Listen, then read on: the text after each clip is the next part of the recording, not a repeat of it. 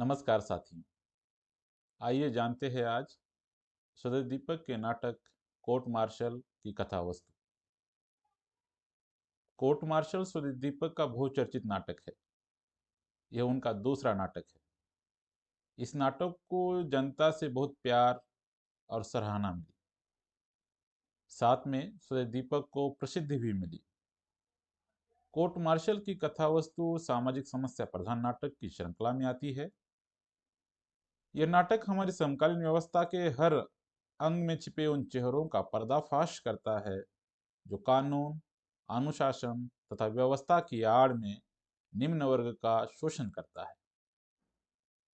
इस नाटक में रामचंद्र पर हुए अत्याचार, अन्याय की कहानी है। प्रस्तुत नाटक की कथा वस्तु 2 अंकों में विभाजित है।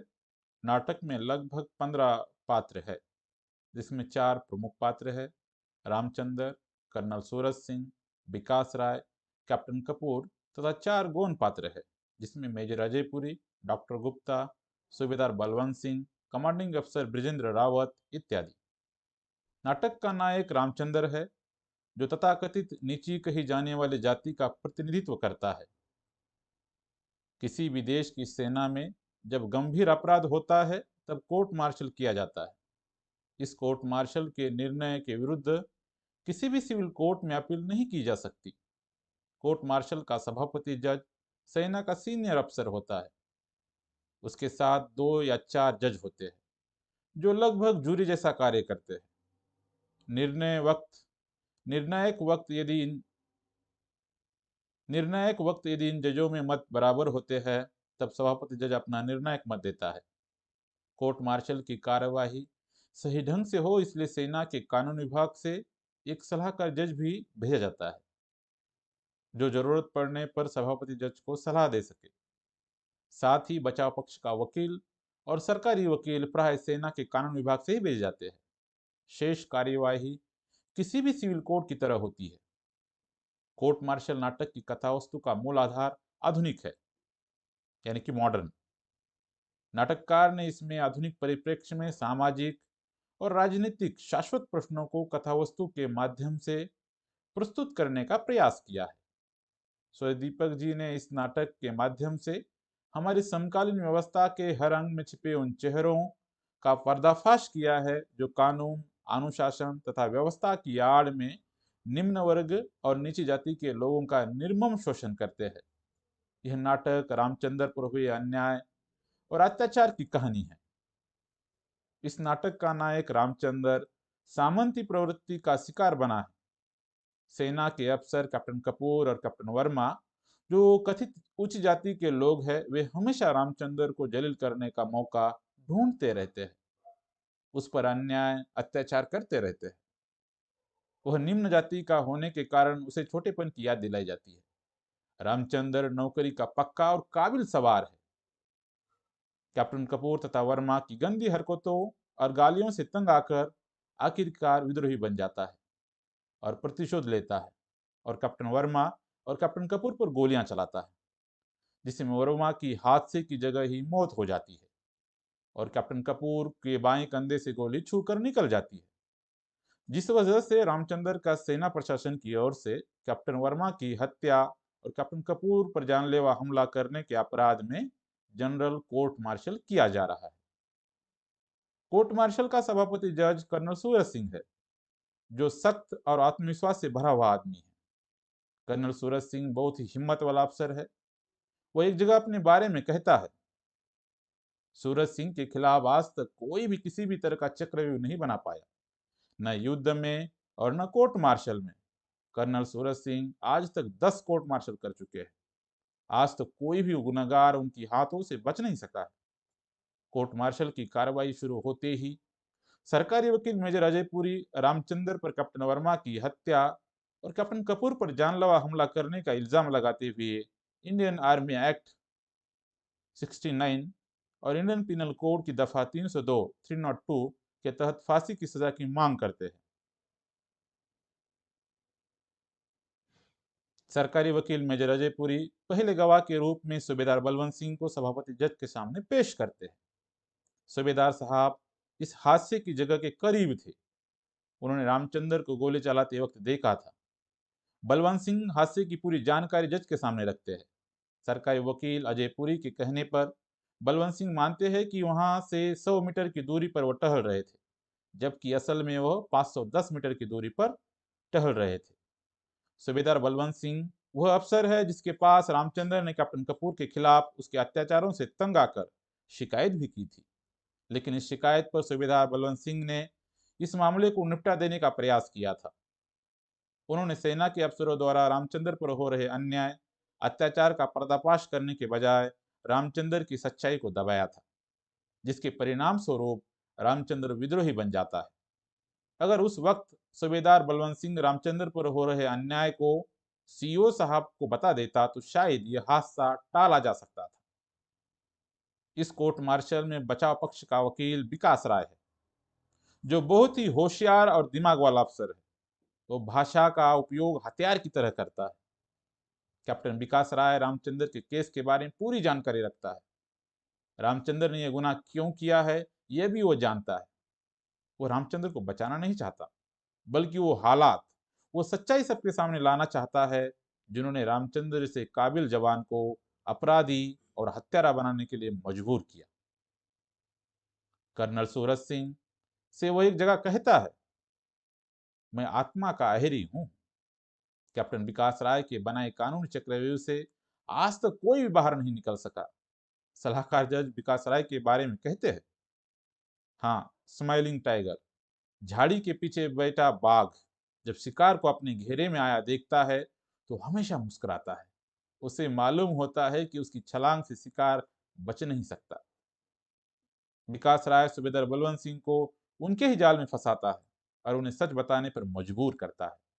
तो बलवंत सिंह को जज के सामने गलत साबित करके रामचंद्र के केस को सत्य की तरफ घुमाने में सफल होता है। सेना के कानून के मुताबिक रात के समय में पहरेदारी करते वक्त कोई इंसान गार्ड के थम कहने पर यदि न रुके तो गार्ड उस पर गोली चला सकता है, चाहे वो सेना का अफसर ही क्यों न हो। इस बात को जज के सामने रखकर विकास राय रामचंद्र को बचाने का रास्ता निकालता है और रामचंद्र से गुनाह को कबूल करवाकर वो खुद ही वह रास्ता बंद भी करवाता है। विकास राय रामचंद्र का तकनीकी बात पर बचाव नहीं करना चाहता, बल्कि रामचंद्र पर बीते हुए दर्दनाक घटनाक्रम को जनता और कानून के सामने लाना चाहता है, जिससे जनता और कानून अनजान है। विकास राय के बर्ताव से नाटक के मध्य में आए चेहरे 1, 2, 3 और 4 अपनी नाराजगी व्यक्त करते हुए कानून को नाटक अर्थात ड्रामा कहते नजर आते हैं। सरकारी वकील अजय पुरी अब कैप्टन बीडी कपूर का गवाह के रूप में सामने लाता है। कैप्टन कपूर रामचंद्र के खिलाफ झूठी गवाही देता है। इसके बाद मेजर अजय पुरी डॉक्टर गुप्ता को गवाही के लिए बुलाते हैं। कैप्टन गुप्ता गवाही में बताते हैं कि जब वे हादसे की जगह पहुंचे तो कैप्टन वर्मा मर चुके थे और कैप्टन कपूर बेहोश हो चुके थे। रामचंद्र को 5 जवानों ने पकड़ रखा था। रामचंद्र कह रहा था कि वह कैप्टन कपूर का भी खून कर देगा। तब जल्दी से कैप्टन कपूर को अस्पताल में भर्ती किया गया। कैप्टन कपूर का खून लगातार बहने के कारण मैंने अपना खून देकर उसे बचाया। सरकारी वकील की इस पूछताछ के बाद विकास राय डॉक्टर गुप्ता को कुछ सवाल पूछते हैं, जिससे पता चलता है कि डॉक्टर गुप्ता ने डॉक्टरी की परीक्षा पुणे से गोल्ड मेडल के साथ पास की है। विकास राय के पूछने पर कि रामचंद्र को हादसे के 5 महीने पहले अस्पताल में क्यों लाया गया था, तब डॉक्टर गुप्ता बस इतना ही बताते हैं कि उसे टाइफाइड हुआ था। विकास राय डॉक्टर गुप्ता से यह सच्चाई कहलवाने में सफल होते हैं कि जब रामचंद्र को हवलदार राज सिंह और 2 जवान थामकर सिक रिपोर्ट के लिए लाए थे, तब कैप्टन कपूर के कहने पर उन्होंने रामचंद्र को बिना देखे रामचंद्र केवल बीमारी का बहाना कर रहा है, उसे कुछ नहीं हुआ है, यह रिपोर्ट दे देते हैं। इस तरह विकास राय डॉक्टर गुप्ता के गलत आचरण को सामने लाकर सभापति जज को डॉक्टर गुप्ता के खिलाफ एक्शन लेने के लिए मजबूर करते हैं। यहीं पर 10 मिनट के लिए colonel Suraj Singh court martial की कार्रवाई रोक देते हैं। सभी अफसर लोग चाय पीने पास वाले कमरे में जाते हैं। तब गार्ड सबको सैल्यूट करता है, पर कैप्टन कपूर को सैल्यूट करने से इनकार करता है। कैप्टन कपूर विकास राय को लालच दिखाकर घर आने की दावत देता है, मगर विकास राय उसे ठुकरा देता है। तब कैप्टन कपूर विकास राय से झगड़ा करता है। यहाँ फिर चेहरा 1, 2, 3 और 4 की बातचीत आती है। कैप्टन विकास राय हर गवाह देने वाले को उनकी आंखों के सामने नंगा करता है। इस संदर्भ में चेहरा 2 कहता है, केवल वही लोग अपनी आंखों में नंगे होते हैं जिनकी आत्मा काली होती है। तब चेहरा 4 कहता है, क्या विकास राय सचमुच आत्मा का अहिरी है? झाड़ी के पीछे घात लगाकर छुपा बैठा चीता है चिता, और चीते का कभी कोई दोष नहीं होता, उसे तो हर हालत में मारना है शिकार को। यह बंगाली कैप्टन अगर चीता है तो रामचंद्र उसका शिकार। लेफ्टिनेंट कर्नल विजेंद्र रावत गवाह देने आते हैं। वे अपनी गवाही में बताते हैं कि आज तक रामचंद्र ने किसी अफसर के खिलाफ कोई शिकायत नहीं की है। वह रेजिमेंट के चुस्त जवानों में से एक है। वह अपने ड्यूटी का पक्का और ईमानदार जवान है। रावत यह भी बताते हैं कि रेजिमेंट के रेजिंग डे के अवसर पर रामचंद्र ने 500 मीटर की दौड़ जीती थी। तब से उसको दूध और बादाम की अतिरिक्त खुराक लगाई थी, क्योंकि रामचंद्र सेना का रिकॉर्ड तोड़ने की क्षमता रखता है। अगर उसे ठीक से खुराक मिली तो रामचंद्र रामचंद्र से पहले उस दौड़ का चैंपियन कैप्टन कपूर था। विकास राय कर्नल रावत से कैप्टन कपूर की पत्नी के बारे में पूछताछ करते हैं। तब कर्नल रावत इस बारे में कुछ भी बताने से आनाकानी करते हैं। तो विकास राय खुद ही कपूर की पत्नी की कहानी सबको बताते हैं। मिसेस कपूर अपने पति के जुल्मों से तंग आकर आजकल अपने माँ बाप के घर रह रही है। 1 महीने पहले कैप्टन कपूर ने नशे में चूर होकर अपनी पत्नी के कपड़े फाड़ दिए थे और एस्ट्रे मारकर उसे जख्मी कर दिया था, जिसमें उनका एक कान फट गया था। रामचंद्र ने ही मिसेस कपूर को अस्पताल पहुंचाया था, क्योंकि उन दिनों रामचंद्र कैप्टन कपूर का अर्दली था। कैप्टन कपूर के जुल्मों से तंग आकर मिसेस कपूर ने अपने पति के खिलाफ कर्नल रावत से शिकायत की थी, लेकिन उसकी शिकायत को अनसुनी कर दबा दिया गया था। इस पर मिसेस कपूर ने चुप न बैठते हुए अपने पति के खिलाफ अदालत जाकर तलाक की मांग की है। अपने जुल्मों को सबके सामने उजागर होते देख कैप्टन कपूर विकास राय पर नक्सलाइट माओवादी होने का इल्जाम लगाता है और यहाँ पहला अंक समाप्त होता है। दूसरे अंक की शुरुआत में कैप्टन विकास राय अपने खानदान का परिचय देते हुए कहते हैं, हमारे वंश में लोगों को न्याय युद्ध की आदत पड़ चुकी है। सैकड़ों सालों से मेरा बड़ा भाई नक्सलाइट था, तो मेरे पिता आजकल कलकत्ता के हाई कोर्ट में जज है। विकास राय सूबेदार बलवंत सिंह को फिर से गवाही के लिए बुलाते हैं। तब बलवंत सिंह से विकास राय पूछते हैं कि क्या सीईओ साहब ने रामचंद्र को एक्स्ट्रा डाइट लगाई तब वो कैप्टन कपूर का अर्दली था। इस जवाब में बलवंत सिंह कहते हैं कि उसने कैप्टन कपूर के कहने पर रामचंद्र को उनकी अर्दली बनाया था, क्योंकि कैप्टन कपूर ने खुद रामचंद्र की दौड़ की तैयारी करने की बात कही थी। मगर कैप्टन कपूर का अर्दली बनाने पर रामचंद्र महीने में केवल 2 या 3 बार दौड़ की प्रैक्टिस करने के लिए आया था, क्योंकि कैप्टन कपूर प्रैक्टिस के समय रामचंद्र को घर का कोई न कोई काम करने को कहते थे। फिर रामचंद्र की शिकायत करने पर कैप्टन कपूर के अर्दली के स्थान से रामचंद्र को हटाया गया था, जिसके बाद रामचंद्र ने सिर्फ 10 दिन की प्रैक्टिस करके नार्दन कमान खेलों का मुकाबला जीता था। इस पर विकास राय बलवंत सिंह से पूछता है कि क्या रामचंद्र को खुद अपने सेवादार की ड्यूटी से हटाया था कि किसी और के कहने पर। तब बलवंत सिंह बताते हैं कि रामचंद्र को कैप्टन कपूर चूहड़ा और भंगी कहकर पुकारते हैं। एक बार तो कुछ ज्यादा ही हो गया। कैप्टन कपूर ने पार्टी में मेहमानों के सामने रामचंद्र को एक बच्ची की टट्टी साफ करने के लिए कहा। तब रामचंद्र ने उसे साफ करने से इनकार कर दिया। तब कैप्टन कपूर ने उसे कहा, जात का चूहड़ा और टट्टी उठाने में शर्म आती है। तुम्हारे पुरखे पुश्तों से हम लोगों की टट्टी की टोकरी सिर पर उठा रहे हैं। इस अपमान से आहत हो रामचंद्र ने कैप्टन कपूर के घर काम करने से इनकार कर दिया और कैप्टन कपूर के खिलाफ सीओ से शिकायत करने की बात कही।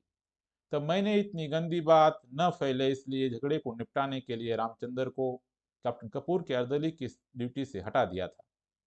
इस तरह विकास राय रामचंद्र पर हुए अत्याचार को बलवंत सिंह के मुंह से सबके सामने लाता है। इसी बीच कर्नल सूरज सिंह को फोन आता है, जिससे पता चलता है कि सूरज सिंह का ब्रिगेडियर पद पर प्रमोशन हुआ है। इसी बीच कर्नल सूरज सिंह को फोन आता है, जिससे पता चलता है कि सूरज सिंह को ब्रिगेडियर के पद पर प्रमोशन हुआ है। सब लोग इस बात पर कर्नल सूरज सिंह को बधाई देते हैं। तो कर्नल सूरज सिंह कोर्ट की कार्रवाई आगे शुरू करने का आदेश देते हैं। तब कैप्टन विकास राय गवाही के लिए दोबारा कैप्टन कपूर को बुलवाते हैं। कैप्टन कपूर हिंदी में बीए पास होने के बावजूद भी सवालों के जवाब अंग्रेजी में देते हैं। उन्हें हिंदी बोलने में शर्म महसूस होती है। वो कहते हैं कि अफसर हमेशा अंग्रेजी में बात करते हैं, अंग्रेजों के टाइम से यही चल रहा है। कैप्टन कपूर को पूछे गए सवालों के जवाब से यह मालूम होता है कि रामचंद्र निचली जाति का होने के कारण वो उसे हीन समझते हैं तथा खुद को खानदानी समझकर उस पर गर्व महसूस करते हैं। जब कैप्टन कपूर को विकास राही पूछता है कि आप खाना कहाँ खाते हैं, यह पूछ जाते ही वे झूठ बोलते हैं कि वो खाना अपने घर में खाते हैं, जबकि वह खाना कैप्टन वर्मा के घर खाते थे। इतना ही नहीं, सरकार की तरफ से मिलने वाले मुफ्त राशन को बाहर की दुकानों पर बेचते थे और गवाही में बताते हैं कि वह राशन नौकरों को देते हैं। कैप्टन कपूर के झूठेपन को साबित करने के लिए विकास राय कहते हैं, पेश करो गवाही के लिए लाला बनवारी लाल को, आपके सेवादार को, करो पेश गवाही कि वह सरकारी राशन बेचते हैं। कैप्टन बीडी कपूर इस प्रकार कैप्टन कपूर की असलियत विकास राय सबके सामने लाते हैं। इसके बाद विकास राय कैप्टन कपूर की 5000 मीटर की दौड़ हार जाने के असली कारण सबके सामने पेश करते हैं, जिससे पता चलता है कि कपूर का दिन रात शराब पीना दौड़ हारने का असली कारण है। मगर रामचंद्र जैसे निचली जाति के आदमी से हारने के कारण कैप्टन कपूर के अहम को गहरी चोट पहुंचती है और रामचंद्र को अपना दुश्मन समझने लगता है। इसके बाद कैप्टन राय कैप्टन कपूर को उसके असली नाम भिखारी दास कपूर से पुकारता है, तो कैप्टन कपूर इस बात को बर्दाश्त नहीं कर पाता और वह गालियां देते हुए गार्ड से गन छीन कर विकास राय को मारने के लिए दौड़ता है। तब कर्नल सूरज सिंह उसे रोकते हैं और अपनी जगह जाने का ऑर्डर देते हैं। विकास राय रामचंद्र को गवाही के लिए बुलाते हैं। रामचंद्र खुद अपना जुर्म कबूल कर किसी भी सवाल का जवाब देने से इनकार करता है। तब कैप्टन राय रामचंद्र को दब्बू, डरपोक, कायर कहते हैं। सूरज सिंह रामचंद्र को सच्चाई बताने के लिए कहते हैं। तब रामचंद्र हादसे की रात कैप्टन कपूर ने उसे दी गई गाली, चिट्टे झूड़े हराम की सट, तेरी माँ जरूर किसी कपूर या वर्मा के साथ सोई होगी, वो सबके सामने कहकर एक घायल जानवर की तरह चीखता है और लगातार रोए जाता है। इससे वो अपने जुर्म को अहम के वध में बदलने में कामयाब होता है। कर्नल रावत उसे पानी पिलाते हैं और धीरज देते हैं। यहाँ गवाहों की पेशगी बंद होती है। सरकारी वकील मेजर अजयपुरी क्लोजिंग स्टेटमेंट देते हैं, जिसमें वो रामचंद्र के इकबाल जुल्म की तरफ इशारा करके उसके अन्याय के विरोध में अपनाए गए रास्तों को गलत करार देते हैं। गाली का जवाब गोली से नहीं दिया जा सकता। वो रामचंद्र को फांसी की सजा देने की मांग करते हुए अपना क्लोजिंग स्टेटमेंट समाप्त करते हैं। फिर बचाव पक्ष के वकील कैप्टन विकास राय बोलना शुरू करता है, जिसमें न्याय व्यवस्था पर तीखा प्रहार करते हुए उसके मीलों लंबे रास्तों का जिक्र करते हैं, जिस वजह से सामान्य लोग न्याय की उम्मीद खो बैठते हैं। इन्हीं रास्तों से तंग आकर इंसान खुद ही अन्याय का प्रतिकार करने के लिए विद्रोह को अपनाने में मजबूर हो जाता है। अफसरों, अमीर और ऊंची जाति के लोगों द्वारा नीची जाति के लोगों पर होते जा रहे अन्याय को सबके सामने पेश करने पर भी न्याय व्यवस्था की सच्चाई को जान वे कहते हैं, सवार रामचंद्र को फांसी की सजा मिलनी चाहिए। देश की रक्षा की शपथ लेने के बावजूद उसने अपने कान, अपनी आंख बंद करने से कर दिया इनकार, क्योंकि सच्चाई जानने पर भी सेना के कानून के मुताबिक रामचंद्र को कोई भी नहीं बचा सकता। उसके बाद दो जज रामचंद्र को उम्र कैद देने की सलाह देते हैं, तो बाकी दो जज फांसी देने की सलाह देते हैं। इस पर निर्णायक वोट देने की जिम्मेदारी कर्नल सूरज सिंह पर आती है। कर्नल सूरज सिंह इसका फैसला दूसरे दिन छोड़ देते हैं। उस दिन की शाम को रेजिमेंट का रेजिंग डे और कर्नल सूरज सिंह के ब्रिगेडियर बनने की खुशी में सूरज सिंह सबको खाने पे बुलाता है। इसमें वह रामचंद्र को खास मेहमान के ओहदे से बुलाता है। रामचंद्र की इस पार्टी में कपूर भी आता है। तब गार्ड उसकी गाड़ी पार्क करने से इनकार कर देता है। सूरज सिंह भी उससे हाथ मिलाने से इनकार कर देता है। कैप्टन कपूर खुद को अपराधी समझकर तथा शर्मिंदगी से पार्टी से बाहर जाकर अपने आप को गोली मारकर आत्महत्या कर लेता है। रामचंद्र गोली की आवाज सुनकर वह बाहर जाना चाहता है, लेकिन सूरज सिंह से ऊपर वाले ने किया हुआ इंसाफ कहकर पोइटिक जस्टिस बोलकर उसे रोकते हैं। कर्नल सूरज सिंह रामचंद्र को बताते हैं कि वह कल सुबह उसे सजाए मौत देने जा रहे हैं, कैपिटल पनिशमेंट। इसे रामचंद्र अपने सिर आंखों पर रख लेता है। कर्नल सूरज सिंह उसे शराब का आखिरी जाम पीने के लिए कहते हैं। वो मना करता है, लेकिन वो जब उसे फोर्स करते हैं तो उनके साथ वो आखिरी जाम पीने के लिए तैयार होता है। यहीं दूसरे अंक का पर्दा गिरता है, नाटक की समाप्ति होती है। ये पूरा नाटक जाति व्यवस्था के कारण हो रहे शोषण को दर्शाता है। हम उम्मीद करते हैं कि आपको इस नाटक की कथा वस्तु जो हमने आपके सामने प्रस्तुत की है वो पसंद आई होगी। हमारे यूट्यूब चैनल पूंजी पटल को सब्सक्राइब कीजिए, शेयर कीजिए और अपने साथियों के साथ साझा कीजिए। धन्यवाद।